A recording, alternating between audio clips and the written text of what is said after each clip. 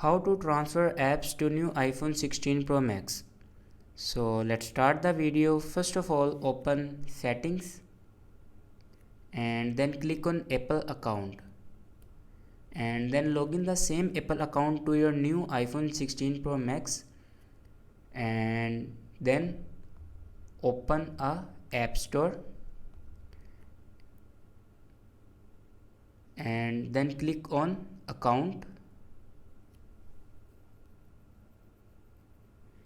and here you see the option apps. Click on apps and then click on my apps and here you see the option not on this phone. Click on this and you can install here all these apps on your previous phone.